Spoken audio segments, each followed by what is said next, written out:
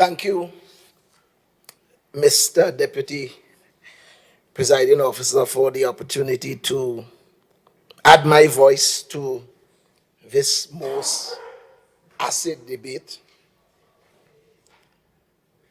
I want to hastily thank the people of Bethel New Grange who exposed confidence in me on 2 occasions to be their representative, hence privileging me to be a member of this house with the sacred right of making contributions from time to time as my ability permits. Relatedly, Mr. Deputy Presiding Officer, on November 16th this year, I celebrated a birthday, taking me to 62.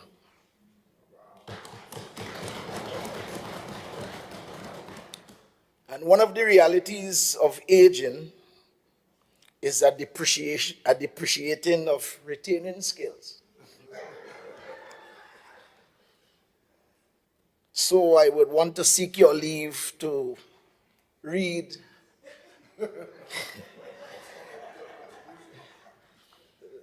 some parts of my short contribution today, sir. Granted. Leave is granted.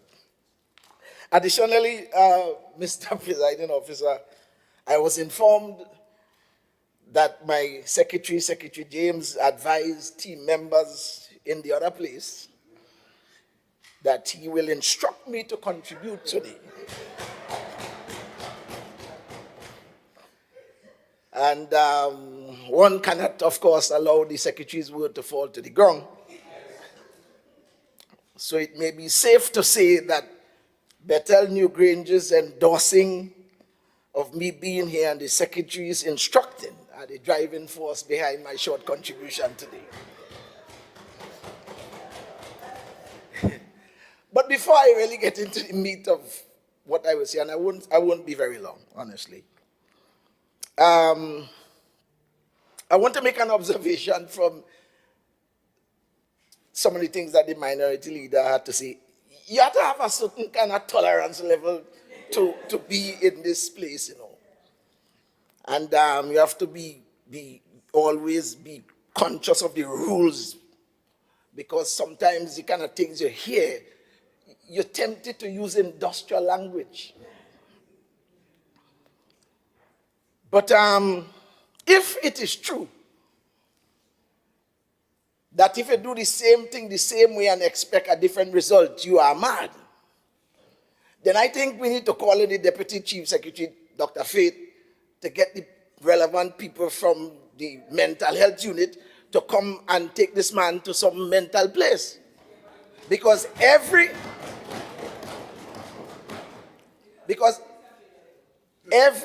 debate we have here, every debate, all of us can attest to it, is the same thing, the same rhetoric, and apparently he expects a different result. So if there is anybody that is mentally deranged, according to his reasoning, it must be him.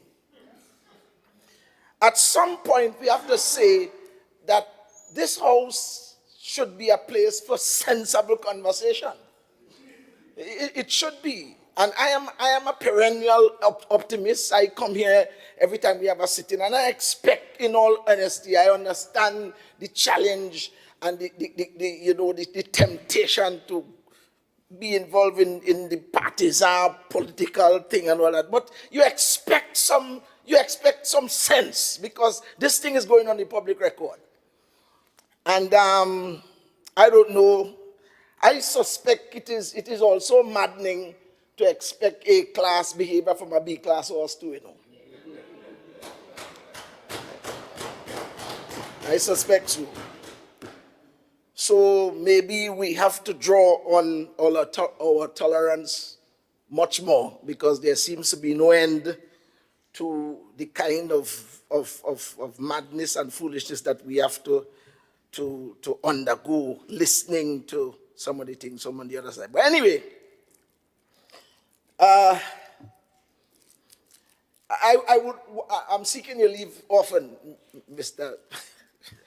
Presiding Officer. I want to to have a kind of non-conventional approach to my short contribution. In fact, it can be deemed a kind of sermonic speech, titled "The Gospel of Autonomy. We shall not be stopped."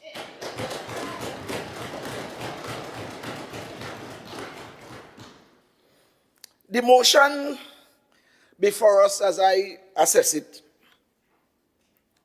suggests that despite, and by the way, I want to commend the Secretary for Finance for the motion and the way she's moved it. She has a certain kind of professional grace. Yes, for some, she knows what she's talking about.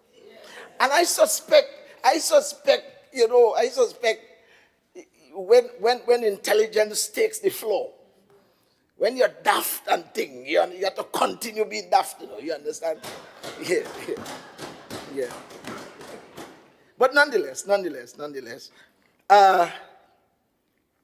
So this presentation, as I said earlier, I cannot give it a title.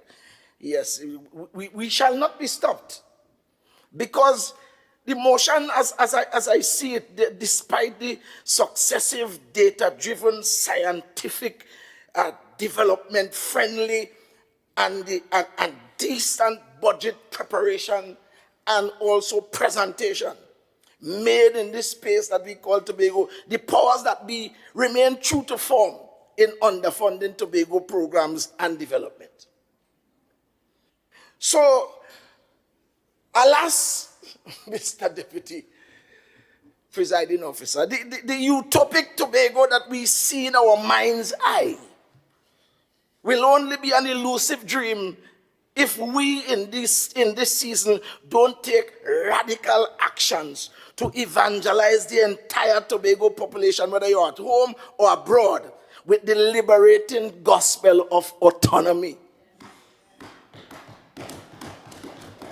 I think I have to say that again. That we will not do justice to our call to these hallowed halls and this walk in the governance landscape of Tobago if we don't aggressively and radically take every action possible, because it seems to me that no matter what we do, no matter how professional we are, no matter what skill sets we bring into the firmament, and we present the budgets and so on, and we bring a rationale for it, we bring proof that we are doing something sensible for the holistic development of our people, that we seem to not be able to get a reasonable, human, and sensitive response from the powers that be to finance our program. And so, to me, the only next thing that is left is, en masse, we must demand that Tobago gets full autonomy. But we don't ask no man about how much we want for a budget. We don't have to get take the timing of Tobago's developmental rhythm elsewhere. We set the timing ourselves. I don't know how you feel about this, but I believe that Tobago has come of age. And the worst thing is to appear as a big man but not run in your house.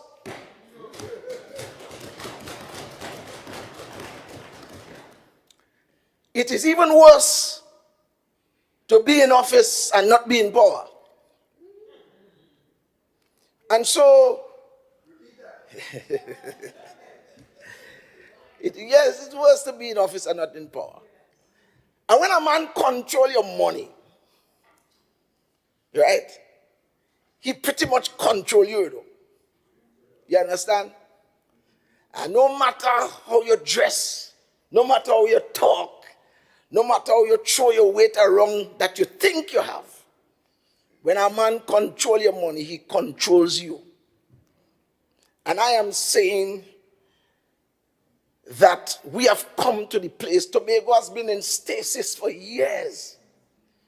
All the small talk that they talk and give the impression that the PNM was doing this and doing this. I mean, my friend used to say, a blind man with board glasses could see that they've been wasting time and wasting resources, as the secretary was saying, over close to $1,000 million them fellas lick up. And it's like an albatross around the neck of this present administration, and they have the unmitigated gall to come and talk about transparency. You know, when I hear the thing, you know, seriously, sometimes I don't feel you could dive on them. But of course, the House does not permit these things. I'm just talking about how I feel, Mr. Presiding Officer. But I want to just say that is autonomy or nothing. And we don't want it next year. And when I say no, meaning figuratively, we don't want it, we don't want you to put it off. And these so-called PNM minions that are going around the place talking, they like in history, in slavery time, like the white and black taboob. These are the facilitators of slavery. I don't want nobody to tell me time to cool off. If you keep cooling off, you'll end up in a deep freeze. We want autonomy and we want it now. We want to know that we control this space that is called Tobago. We determine how Tobago is run. We determine what are our dreams and goals, and thankfully we already have this course charted out. We want to have the greatest little island on the planet. We're not asking nobody permission for that. We have come of age. And it's time for us to exercise our mannishness in this place we call Tobago. And we are thankful that the Chief Secretary has set the tone for all of us, because a lot of leaders in Tobago have been afraid of prime ministers in Trinidad historically. You understand? And when you start to talk up for yourself, you know, when you see your father talking up in the house, it sets the tone, especially for the males in the family. You understand? This is how a man must talk. You understand? And so we are respectful. We understand what the law says and so on, but we are resolute. Resolute that this domination of Tobago and Tobago's leaders and all of that, this mentality that a lot of people in Trinidad have as it relates to Tobagonians, that we must just take little, listen, that dog no longer hunts.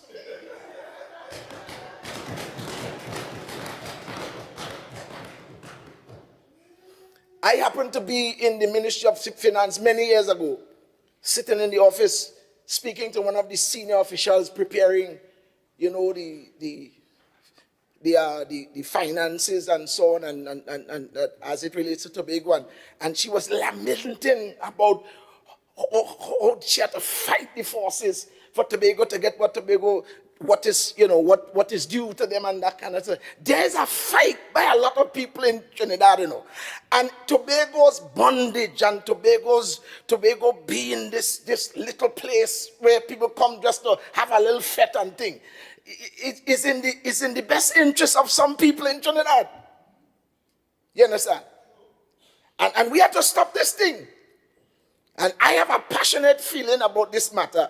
And I want to say, and I am no great mind. I am no expert in a lot of the things. But from a grassroots perspective, I have come to the conclusion, no matter what we do, if we do not get autonomy, we'll be spinning top in mud right here in this Tobago. And so I want to encourage and to say, you know, and very quickly, I could just give two pieces of evidence why that will substantiate my claim. And the first one is simply the present performance of this government. You could argue that all you want. If you have any decency, regardless of your political position, you have to conclude that this government has been doing exceptional work in the last 3.5 years. Indeed. I have been in my short tour of duty at the Division of Infrastructure, Quarries, and Urban Development, just observing the work and looking at what we were doing as it relates to maintenance and so on. With the little resources, Secretary James is always looking for more money to do more things. And, I realize that one of the areas perhaps that is we are deficient is in making workers feel appreciative for the work that they do. I suspect, and what we are seeing is not, this did not happen yesterday. I believe this is something that has been cultured over the years, where the workers in the division have never been given the exposure to demonstrate their skills and ability, to prove to us that these people that are employed in the division have the capacity to do the work and to do it with the same amount of skill and the same amount of grace as everybody else. And I want to salute Secretary James for his idea and his leadership and exposing our people and letting us all see that at the Division of Infrastructure, we have capable people. The maintenance regime is exceptional. Tobago's road infrastructure has not seen any real rehabilitation over the years. I mean, we've faced all kinds of things. We have more vehicles every year, and there's been no major development as it relates to the road infrastructure.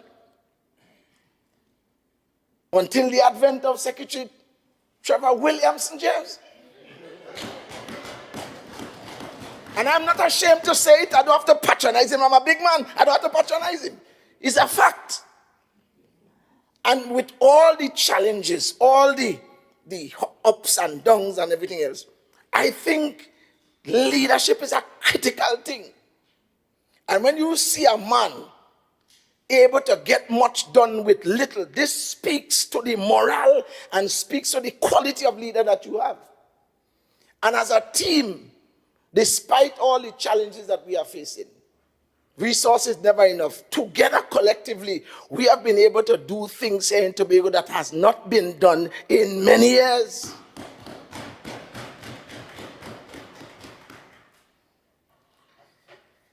Let me just talk a little bit about URP. URP.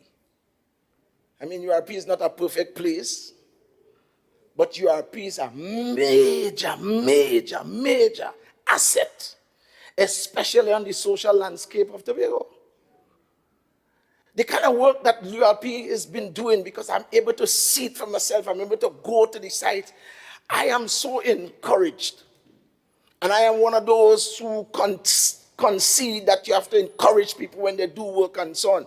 And the reason why we want more money so that we can do more, we can help people, we can touch Tobago. Because the Tobago that we now see, the kind of condition that some people live in and all that kind of stuff, these social support systems are critical to where we're trying to go. We want every Tobagonian to dream. We want every Tobagonian to feel that they have a right to the space that we call Tobago. And so I am glad that I am a part of this administration at this particular point in time. Our performance, in my own view, God is my witness, is a performance that is good under the circumstances and excellent in some spaces. I am also fascinated because we have some reasonable and sensible projections as well. And it's very simple, that we will continue to be innovation. We will continue to innovate. We are a bunch of people that have come together that I suspect, is not a church here, but that God has put his hand on to bring in the governance landscape at this point in time, knowing the climate in which we will be functioning. But all of us around this place have various skills that we bring together to bring the kind of governance that Tobago deserves at this particular point in time. So we shall continue to innovate. Yes, we will be innovative. We will find a way. We will find a way. A businessman told me, say, Baynes, if they try to hold you, we bust out of us all. We will find a way. And that is what we have been doing. While we discuss our challenges, make no mistake, we're not sitting down and twiddling our thumbs as if we in some pommy one. We are finding ways to get the job done. And anybody that is saying that we are not doing that are lying to themselves. We shall continue to innovate and we shall continue to evangelize. And that's it. Because it seems to me, Mr. Deputy Presiding Officer, and from what I have observed in other jurisdictions, to get this autonomy, nobody giving it to you. We have tried the diplomatic way. One of the reasons why the regime, the Charles regime failed, and one of the narrative at the time was Mr. Charles was too robust and he too rough and he too aggressive. So they want a new leader. They want a diplomat, a man with a softer tone. Soft but powerful, Secretary James. But we have seen that has not benefit us in any significant way. And here we are today. Same problem. You understand? Because we are waiting on somebody else to do this for us. It seems to me that we have to take the bull by its horn to get this thing done. And just us, the members of the government, may not be able to succeed at it. We need to mobilize the entire Tobago. And I want to say, as I get ready to close, that the word of autonomy is hitting the ground. Men in rum shops and barber shops and hamlets and corners are talking about the greatest little island on the planet. And so we must continue with this evangelization. Every opportunity we get, we must let people know that this Tobago belongs to you. You have a stake in the thing. And no man nowhere else must make the decision about how you run your family business, how you educate your children, how much you could buy, where you could go. You must be able to go on a vacation rather than a staycation. Yes. So that pretty much, Mr. Deputy Presiding Officer, those are the thoughts that I have today. I want to say to all my colleagues, finally, as I conclude, let us forge ahead fearlessly. This work, despite its personal cost, and it certainly has a personal cost, members can testify of what resembles harassment, usage of state agencies to bring discomfort, what I call disproportionate vigilance that we see sometimes on the part of some of the agencies. And let me just say something. Let me just say this as I remember. Tobagonians are as law-abiding as everybody else. And I was observing, we have it's like a new craze now with licensing officers that come to Tobago. And I want to make it very clear that we have no issue with law. We have no issue with that. But I notice, if you were seeing the same kind of action and activity anywhere in Trinidad, we would have seen it on the news. I'm talking about with the same kind of vigilance. So it resembles something mischievous. And it is also in concourse with some of the things that we have been seeing as the Secretary for Finance. It resembles a kind of attack to try and debilitate the Tobagonian, to try and beat us into subjection. But we will not be stopped. We shall not be stopped. And we want to echo this hard. Remember, we may look, yes, sir. You have 5 minutes of speaking time remaining. Oh, Okay. Thank you. We will not be stopped. We will not be stopped. And so we will continue to move ahead. I believe, beyond a shadow of a doubt, that this work that we are doing here is the work of God. And because I believe that, I also believe equally that God will help us. I thank you.